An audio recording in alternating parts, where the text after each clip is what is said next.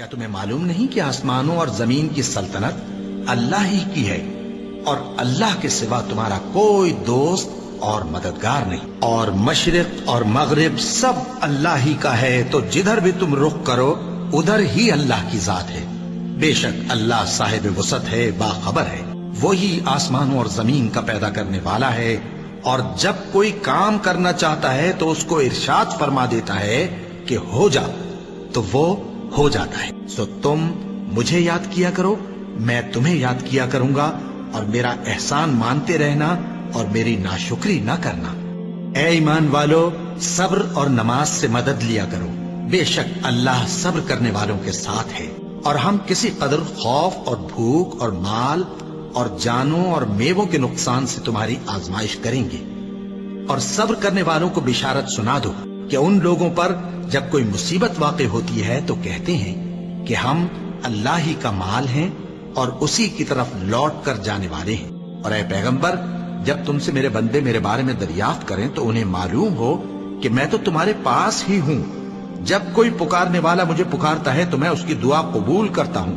تو ان کو چاہیے کہ میرے حکموں کو مانیں اور مجھ پر ایمان رکھیں تاکہ نیک رستہ پائیں۔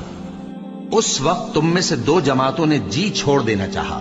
مگر اللہ ان کا مددگار تھا، اور مومنوں کو تو اللہ ہی پر بھروسہ کرنا چاہیے۔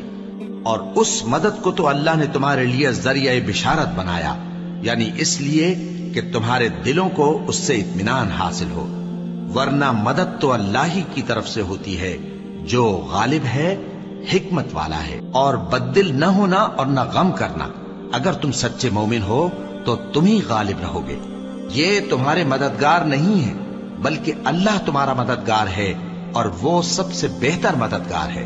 وہ وقت بھی یاد کرنے کی لائق ہے جب تم لوگ دور بھاگے جاتے تھے اور کسی کو پیچھے پھر کر نہیں دیکھتے تھے، اور رسول اللہ صلی اللہ علیہ وآلہ وسلم تم کو تمہارے پیچھے کھڑے بلا رہے تھے، تو اللہ نے تم کو غم پر غم پہنچایا تاکہ جو چیز تمہارے ہاتھ سے جاتی رہی یا جو مصیبت تم پر واقع ہوئی ہے اس سے تم غمگین نہ ہو، اور اللہ تمہارے سب اعمال سے خبردار ہے۔